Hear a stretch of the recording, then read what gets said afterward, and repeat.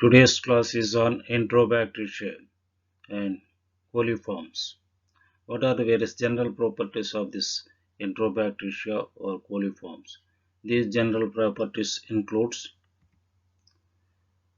these coliform organisms are predominant bacteria in the large intestine. They are gram-negative bacilli. They are oxidase-negative bacilli. They are catalase-positive bacilli. They reduce nitrates to nitrites and they ferments various sugars producing acid and gas or only with acid production. Some of the organisms are capsulated, some of the organisms are non-capsulated, some of the organisms are motile, some of the organisms are non-motile, and all the organisms are non-sporing and non-acid fast bacilli. So these are some of the properties related to the Enterobacteria or coliforms.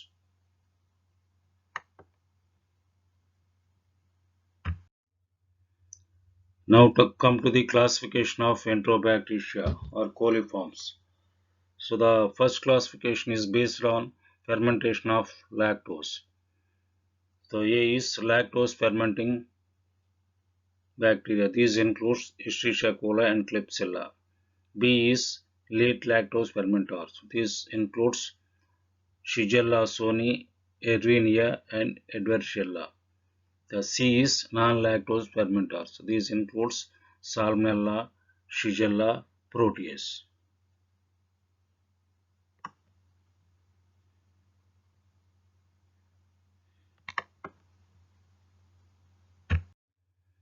The second classification is Burgess manual classification, Kaplan white scheme classification, Edward Ewing classification.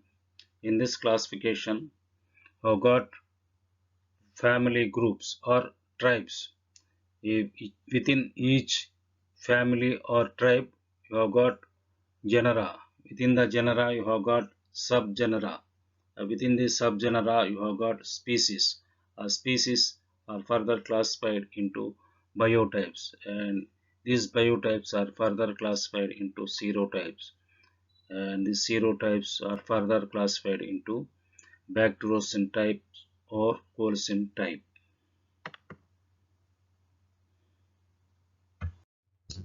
So within tribes or families,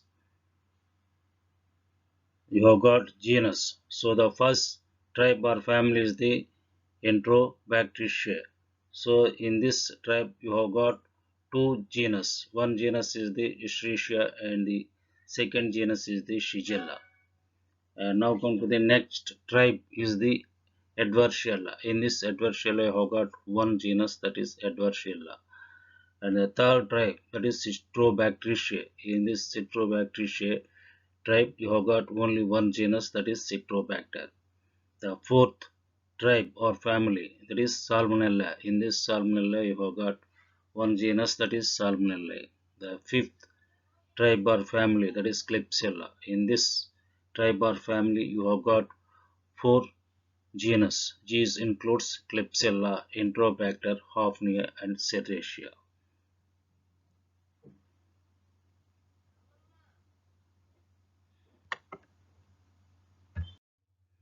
The continuation of the classification, next tribe or family, that is sixth one, is the Proteaceae.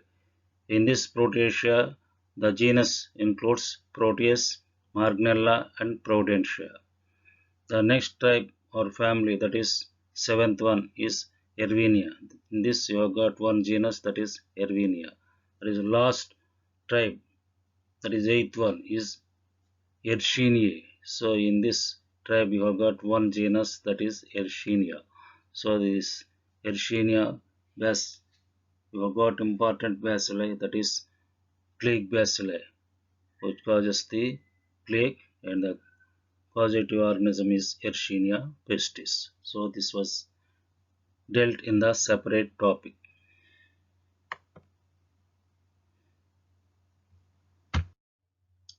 Now come to the Escherichia coli.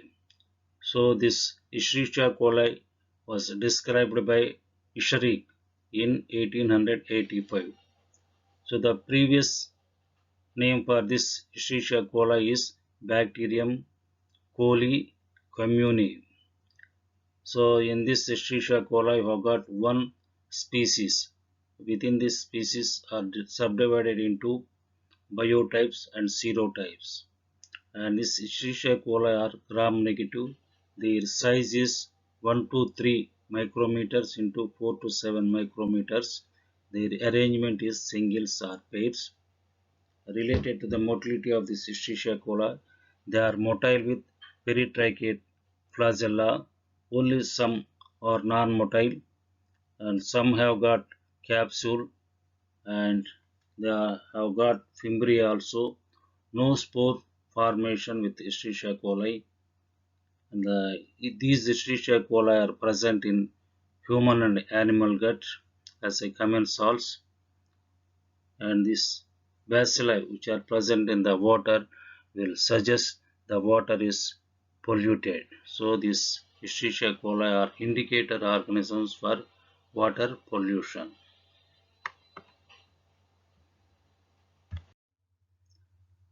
The cultural characters of Escherichia coli.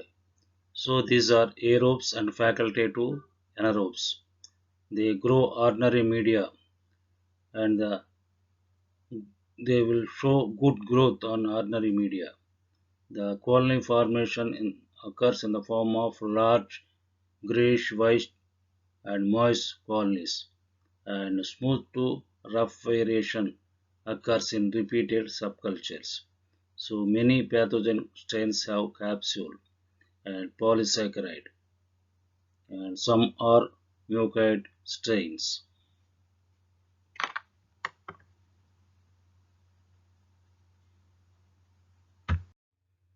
So now come to the growth of Escherichia coli on blood agar, that is BA. So they show hemolytic characters on blood agar, and especially seen when the isolate is from pathogenic conditions. So now come to the growth on McCankey agar. In McCankey agar, they will show bright pink color. So this is due to lactose fermentation. Now come to the next media, that is deoxycholate agar or Salmonella Shigella agar. In these two agars, the organisms, that is Escherichia coli, are inhibited. Now come to the broth. Within the broth, these organisms produce turbidity and heavy deposit.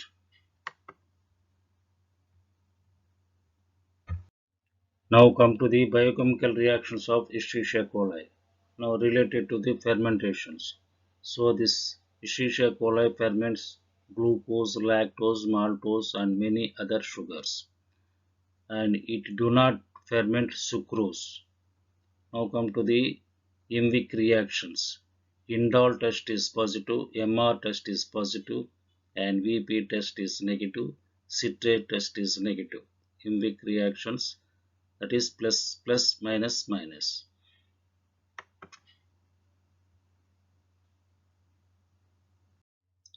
Now come to the antigenic structure.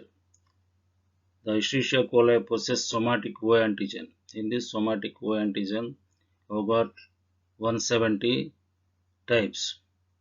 So the normal colon strains, that is early O group, comes under the types 1, 2, 3, 4, etc. The enteropathogenic strains, that is called later group, types includes 26, 86, 111, etc. The next antigen is the capsular antigen. So in this capsular antigen, you have got 100 types. So this property of this capsular antigen is to inhibit the phagocytosis. The next antigen is the H antigen or flagellar antigen. So in this flagellar antigen, you have got 75 types. The character of this H or flagellar antigen is a heat labile antigen. So lastly, you have got fimbrial antigen. So it is a heat labile antigen also. So antigens includes somatic O antigen, capsular K antigen, flagellar H antigen, and fimbrial antigen.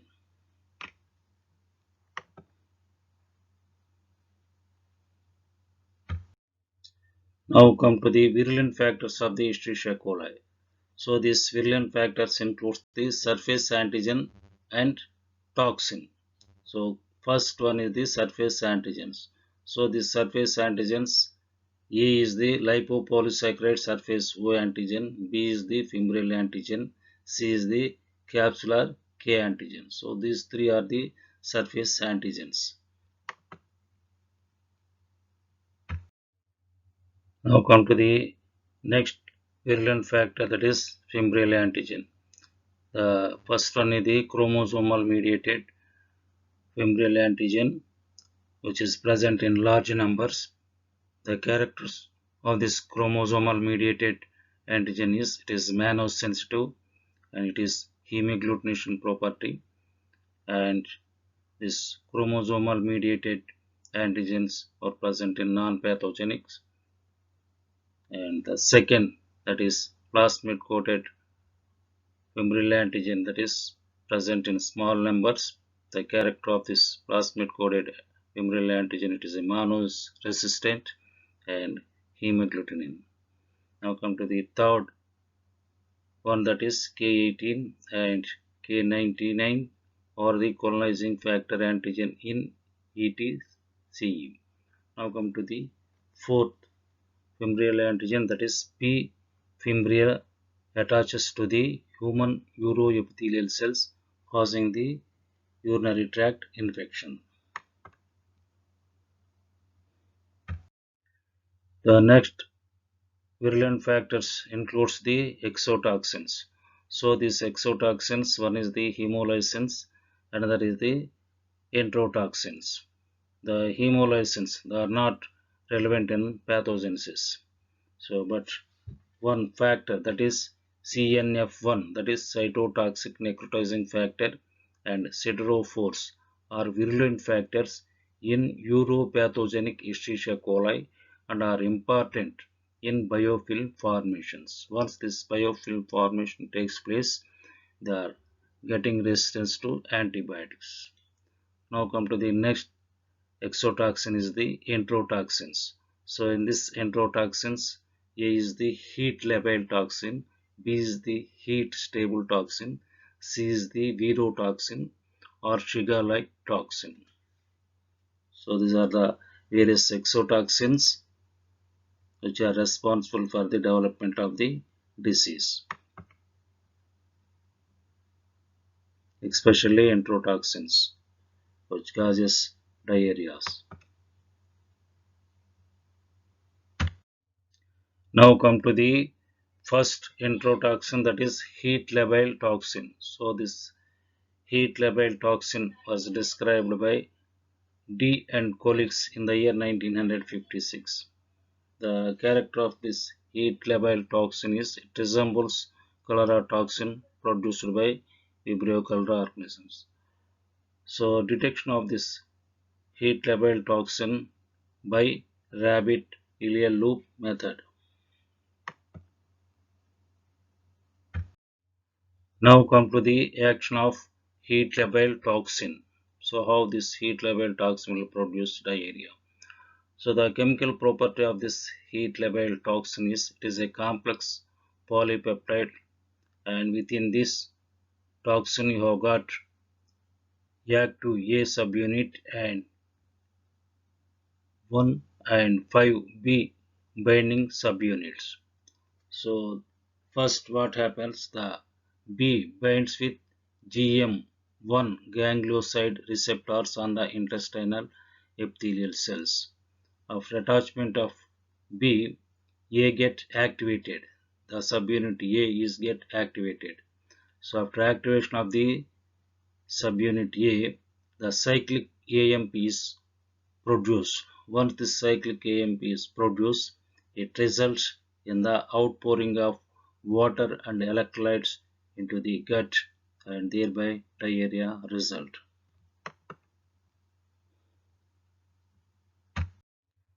Now come to the next toxin, that is heat stable toxin. In the previous slides I told about the heat labile toxin. Now in this slide I am going to tell about the heat stable toxin. So in this heat stable toxin. Again, you have got two parts in the heat stable toxin. One is the heat stable toxin A, that is ST1, and heat stable toxin B, that is ST2.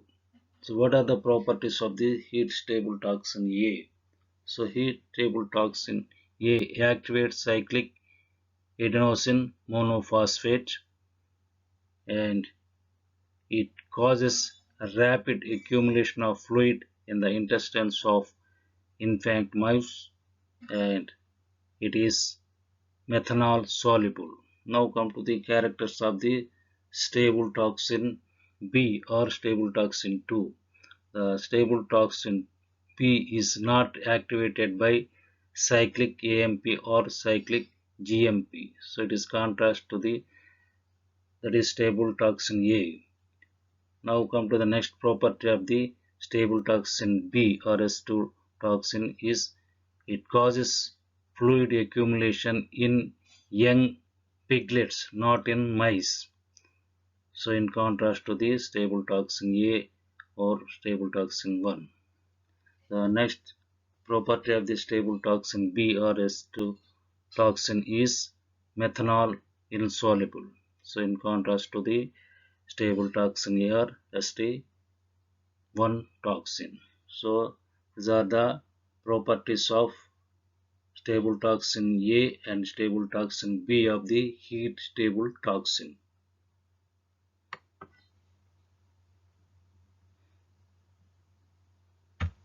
So in the previous slides I told about the two enterotoxins. One is the heat labile enterotoxin, second one is the heat stable enterotoxin. Now come to the third enterotoxin, that is verocytotoxin. So how this name have derived for this toxin? So because it causes cytopathic effects on Vera cells, which are derived from African green monkey kidney cells. So other name for this verocytotoxin is Shiga-like toxin. So the mechanism of this verocytotoxin is it acts on inhibiting protein synthesis. So this verocytotoxin causes enterotoxicity in rabbit ileal loop and paralytic lethality to mouse. So VT is also composed of A and B subunits.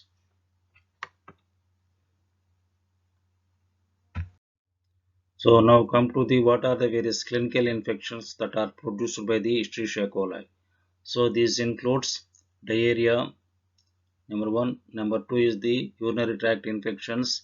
Number three is the pyogenic infections, and then number four is the septicemias.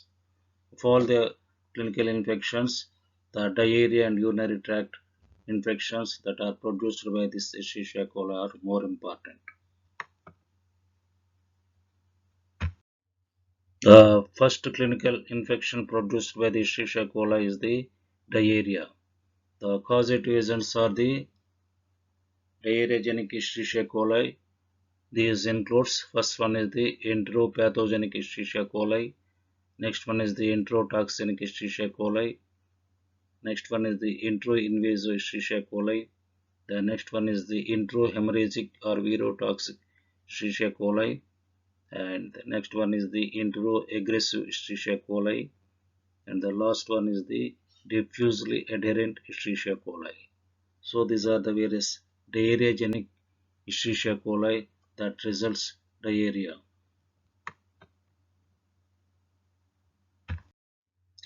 Now come to the various diarrheogenic Escherichia coli. The first one is the enteropathogenic Escherichia coli. It causes the infantile diarrhea. It occurs in the form of sporadic diarrhea in children. The originally classified by their O and B antigens. For example, O26, B6, O55, B5, O11, and B4.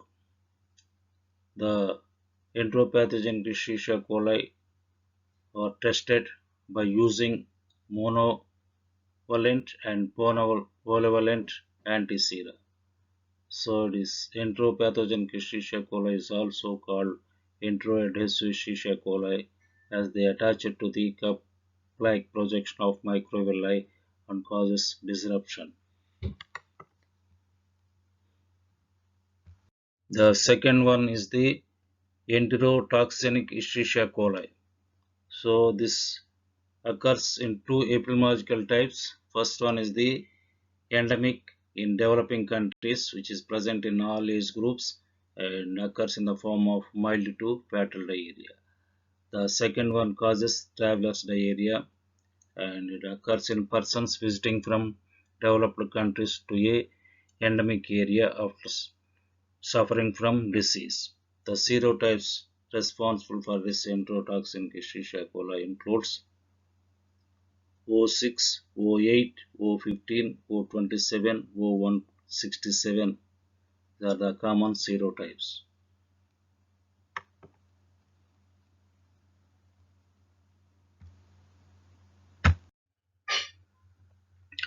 Now come to the laboratory diagnosis of enterotoxinic Escherichia coli. So this is brought about by two tests. One is the in vivo test and that is the in vitro test.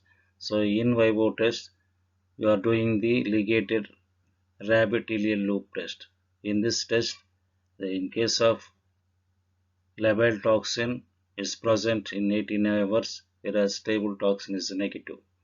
The next in vivo test is the adult rabbit skin test. So this is positive with labile toxin and negative with stable toxin. So this adult rabbit skin test is nothing but the vascular permeability factor. Now come to the in vitro test. So these are done in tissue culture test. So we'll use the organisms to grow in mouse adrenal cells. So rounding of phi occurs if it is labile toxin and it absent if it is stable toxin. Now come to the elongation of Chinese hamster ovary cells is present in case of labile toxin and it is absent in case of stable toxin. So we can also diagnose this enterotoxinic Escherichia coli by doing ELISA and phosphoagglutination tests. The next diarrheogenic Escherichia coli is the enteroinvasive Escherichia coli. So these organisms resembles Shigella organisms. They are non-motile. A typical E. coli or alkalogen dispar group. They have got ability to invade intestinal cells and HeLa cells. And the diagnosis of this enteroinvasive Escherichia coli is by doing the Serenis test. The Serenis test is nothing but you will see the mucopurulent keratoconjunctivitis in guinea pig if the isolate is installed into this eyes of this guinea pig. The cell penetration of HeLa or Hep cell 2 in cultures is the another diagnostic procedure and detection of the plasma coated outer membrane antigen is another method. Can also diagnose by ELISA method and the serotypes or pathogenic types includes O28AC, O11, O24, O36, O52, O156 are the more pathogenic.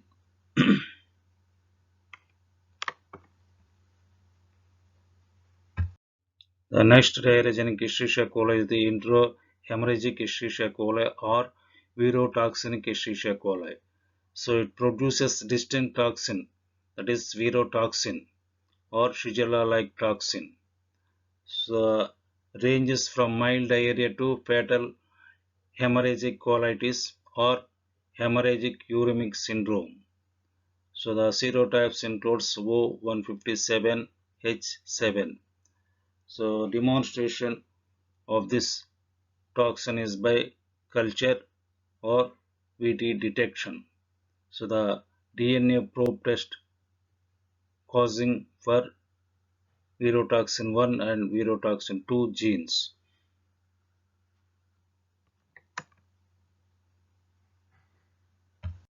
The next diarrhea-genic Escherichia coli is the enteroaggressive Escherichia coli. It causes formation of slacked bricks in Hep2 cells or glass. So it causes persistent diarrhea in developing countries. The most of them are O untypable, but many are H typable. The last diarrhea-genic Escherichia coli is the diffusely adherent Escherichia coli.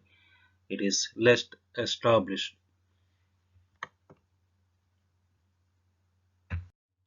Now come to the diagnosis of diarrhea by various diarrheagenic organisms. So we have isolated the Escherichia coli. So these colonies are tested with slight agglutination tests to confirm the serotypes. Other tests which includes suppose it is enteropathogenic Escherichia coli, the culture sample on blood agar and Mechanc agar is done, and finally slide agglutination is performed. Now come to the second, that is enterotoxinic Escherichia coli. The diagnosis is by toxin by going for in vivo as well as in vitro tests, which I have already discussed in the previous slide. So third, enteroinvasive Escherichia coli is diagnosed by Cernese test and also by cell cultures. So Cernese test is nothing but the isolate you have to simply install into the eyes of the guinea pig. You will see the keratoconjunctivitis. The fourth diarrheagenic Escherichia coli is the enterohemorrhagic Escherichia coli. It can be diagnosed by demonstration of virotoxin as well as cultures. So use sorbitol Mechanc agar medium for diagnosis of this enterohemorrhagic Escherichia coli. The last one, enteroaggressive Escherichia coli, is diagnosed by animal inoculation to see the shortening of villi. Now come to the next clinical infection produced by the Escherichia coli is the urinary tract infections. So the urinary tract infections are not only produced by the Escherichia coli, this can also caused by some other coliform organisms which account for large majority of the naturally occurring urinary tract infections. So these organisms are normally found in gut and the serotypes are O groups 1, 2, 4, 6, 7, etc. So hospital urinary tract infections occurs following the instrumentation or due to Proteus and Pseudomonas organisms. What are various precipitating factors for these urinary tract infections? These includes obstruction in the urinary passage, so which may occur in the form of enlargement of the prostate. There is a calculus formation in the anatomical locations of the urinary tract and in the pregnancy. So these are some of the precipitating factors which are result for the production of urinary tract infections. So nearly 5 to 7% of the pregnant women have urinary infection without any symptoms. So these are called as asymptomatic bacteria. So in the later life, these pregnant women will develop asymptomatic infections causing pyelonephritis and hypertension. So this may leads to further problems like prematurity and perinatal death of fetus. Now come to the how this infection comes to the urinary tract. In case of lower urinary tract, the infection comes by ascending pathway. In case of pyelonephritis, the infection comes by hematogenous spread, and the strains carrying K antigens are commonly responsible for pyelonephritis, and the P. pili positive are generally uropathogens.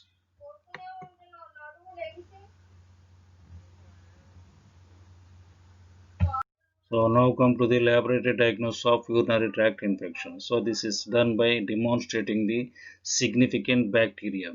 What is this significant bacteria? So based on urine is sterile, but during voiding, contamination with genital commensal will take place. So the count in contaminated urine is lower than that infection. So if the count is 1 lakh per ml, it is considered significant. So suggestive of infections. The low count is not significant because it contaminates with the lower genital commensals. So when it is present 1 lakh organisms per ml, it is only suggestive of that is urinary tract infection. So this is called as significant bacteria.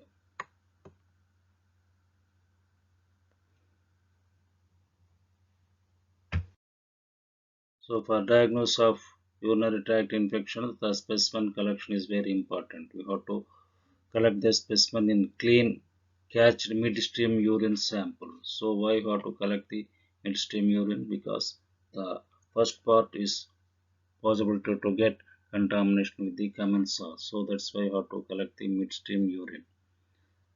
So next specimen is the sample by suprapubic aspiration. Suppose it is a bedridden patient, these encounters are in children. The third specimen urine is from catheter tube in case of catheterized patients.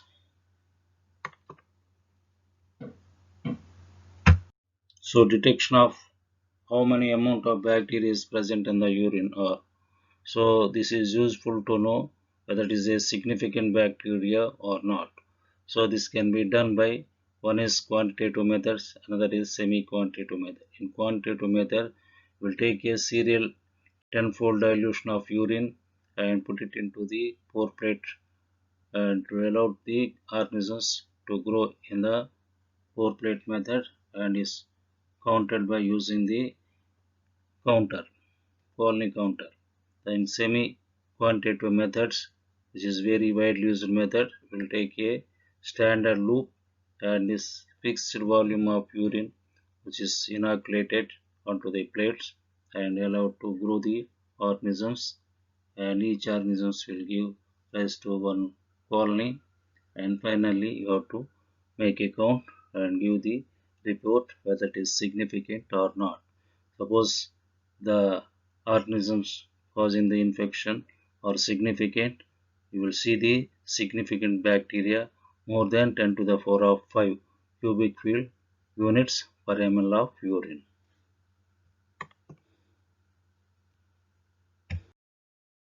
Now come to the screening test for urinary tract infections. There are chemical and rapid methods. The first screening test is the grease nitrate test. The organisms which are present in your urine can reduce the nitrates to nitrites. The next screening test is the catalase test. If the organisms are present, you will see the effervescence. So catalase producing organisms will in the urine will produce effervescence. That is the catalase test. Third one is the triphenyl tetrazoline test. So it produces pink red precipitate. So this is produced by the growing bacteria due to the respiratory activity. And the next screening test is you simply do the gram stain, see for the gram negative bacteria.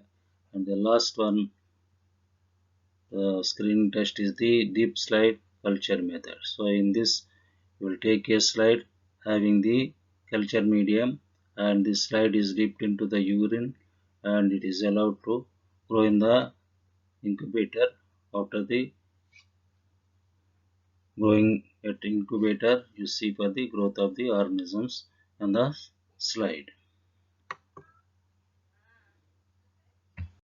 So localization of urinary tract infections. How do you identify the localization of the urinary tract infection? This is based on assumption that bacteria coated with specific antibodies are present in the urine only when kidneys are infected and not when the infection is confined to bladder.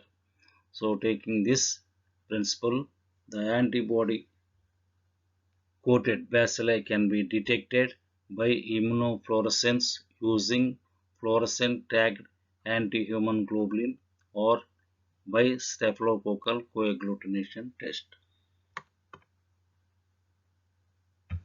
The next clinical infection produced by the Escherichia coli is the pyogenic infections.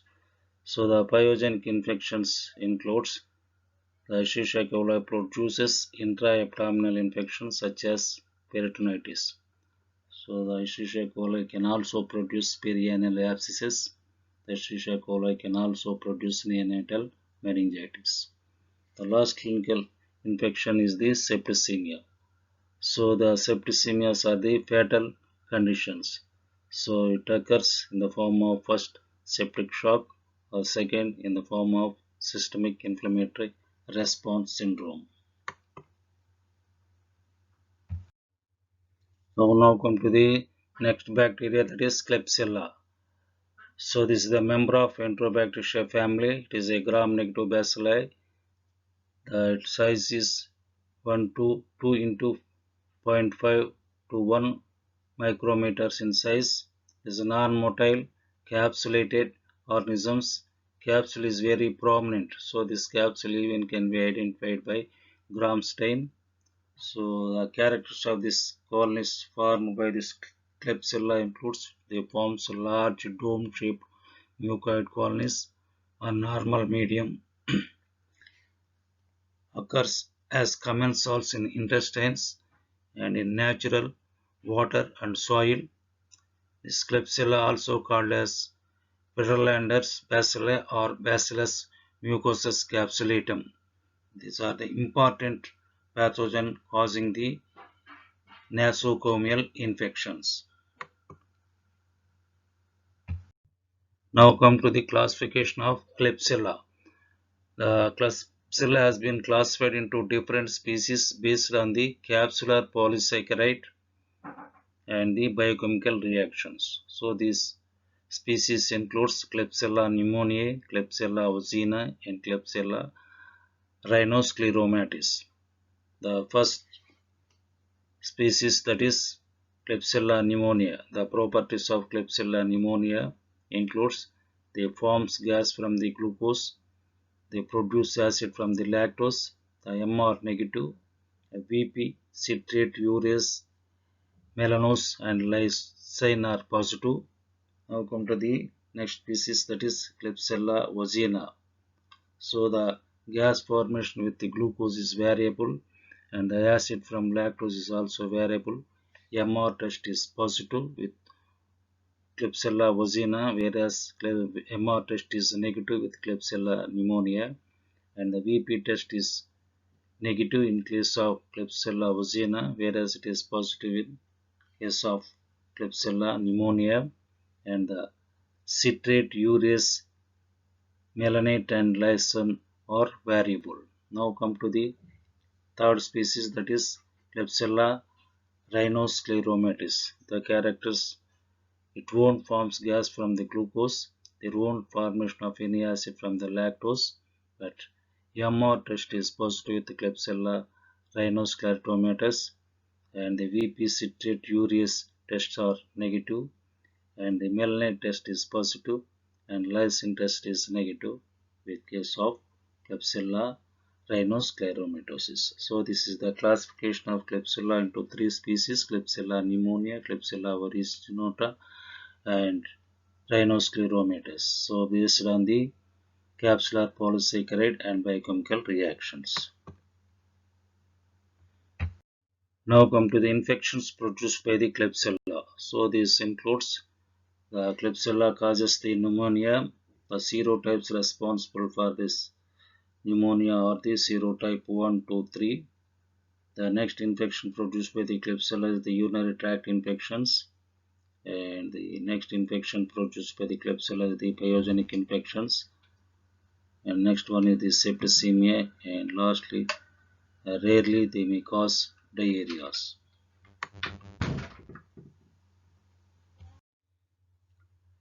What are the various predisposing factors for pneumonia caused by the Klebsiella? So these includes alcoholism, chronic obstructive pulmonary disease, and diabetes mellitus. The Klebsiella pneumonia organisms. Other name is Friedlander's bacilli. So these organisms are the important cause of nosocomial infections. They cause pneumonia, urinary tract infections, and other pyogenic infections, septicemias. The Klebsiella pneumonia is serious disease and occurs high fatality. The age group is the middle-aged and older persons. It is problem in chronic bronchopulmonary disease, alcoholism, and diabetes mellitus. The Klebsiella pneumonia organisms causes massive mucoid inflammatory exudate of one or more lobes. These can also cause necrosis or abscess formation, more common with the serotypes 1, 2, 3. The most strains are resistant to antibiotics. Klebsiella pneumonia also causes abscess formations, meningitis, and neonatal sepsis caused by the Klebsiella pneumonia is highest fatality and drug resistant. Now come to the Klebsiella vagina. This species causes vagina, that is foul smelling nasal discharge. The types includes K3, 4, 5 and 6 are the common types, Klebsiella types. And the next species is the Klebsiella rhinoscleromatis. So it causes rhinoscleroma. The rhinoscleroma is nothing but a chronic granulomatous hypertrophy. So far we have completed the Escherichia and Klebsiella tribes. Now we are coming to the tribe Proteaceae. So the characters of this tribe Proteaceae, these are also intestinal commensals and they are also responsible for opportunistic pathogen, and the morphology of these proteus organisms, they are pleomorphic, they are motile organisms, they are non-capsulated organisms, they are gram-negative organisms, they produce non-lactose fermenting colonies. So in this stripes you have got three genera. One is the Proteus, two is the Marginella, three is the Providentia. So this entire tribe or family organisms produces urease. A powerful urease enzyme is produced with this tribe Proteaceae organisms, and the one more enzyme, that is phenylalanine deaminase, that is which converts the phenylalanine to phenylpyruvic acid. So this is the another property of this Proteaceae organisms. So they are resistant to potassium cyanide.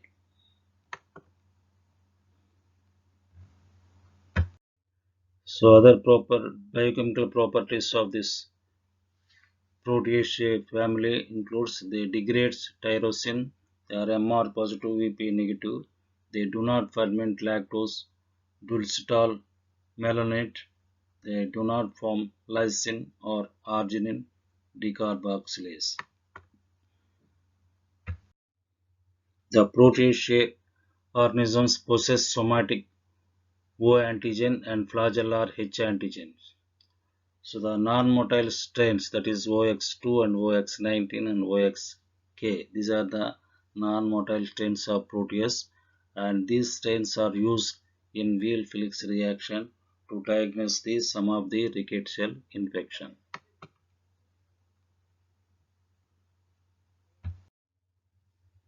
The Proteus genus, you have got two species. One species the Proteus mirabilis, another species the Proteus vulgaris. So these two species are differentiated by indole test. Indole test is negative in case of Proteus mirabilis, whereas indole test is positive in case of Proteus vulgaris. So this Proteus organisms, that is Proteus mirabilis and Proteus vulgaris, if they are grown in the cultures, they produce a characteristic odor, that is fishy odor or seminal odor. So this Proteus species that is Proteus mirabilis and Proteus vulgaris, will produce swarming growth on media. So in this picture, you can able to see the swarming growth of Proteus on nutrient agar. The swarming growth is nothing but wavy pattern of growth, so which is produced by the Proteus species of organisms for their identification.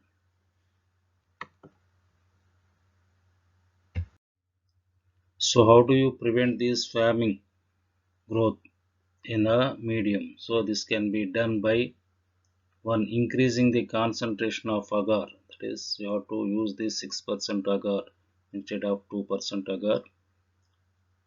Another way of prevention is by using chloral hydrate 1 in 500 dilutions, and by sodium azide 1 in 500 dilutions, and alcohol 5 to 6%, and lastly by using the boric acid 1 in 1000 concentrations. So in this way you can prevent the swarming of the proteus in the medium. The next genus is the genus Morganella in Proteaceae tribe. So in this genus Morganella you have got one species, and this genus do not show any swarming on culture, and these organisms found in human and animal feces, and these are also responsible for causes of the urinary tract infections and nosocomial wound infections. The next genus in Proteaceae tribe is the genus Providentia. So in this you have got three species. In this genus you have got three species. First species is the Providentia alcalificis. The second species is the Providentia stewarti. Third species is the Providentia ridgeri. The Providentia alcalificis is seen in human feces but more frequently in diarrheal stools. Providentia stewarti causes urinary tract infections, and also it causes infections in bones. Providentia ridgeri is sometimes nosocomial infections are brought about with this Providentia ridgeri.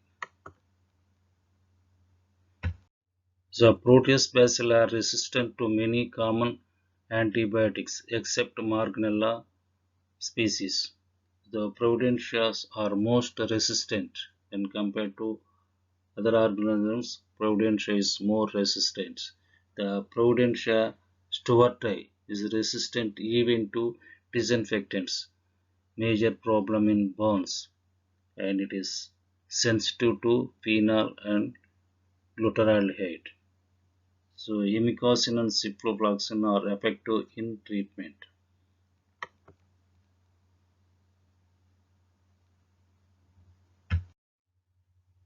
Thank you very much.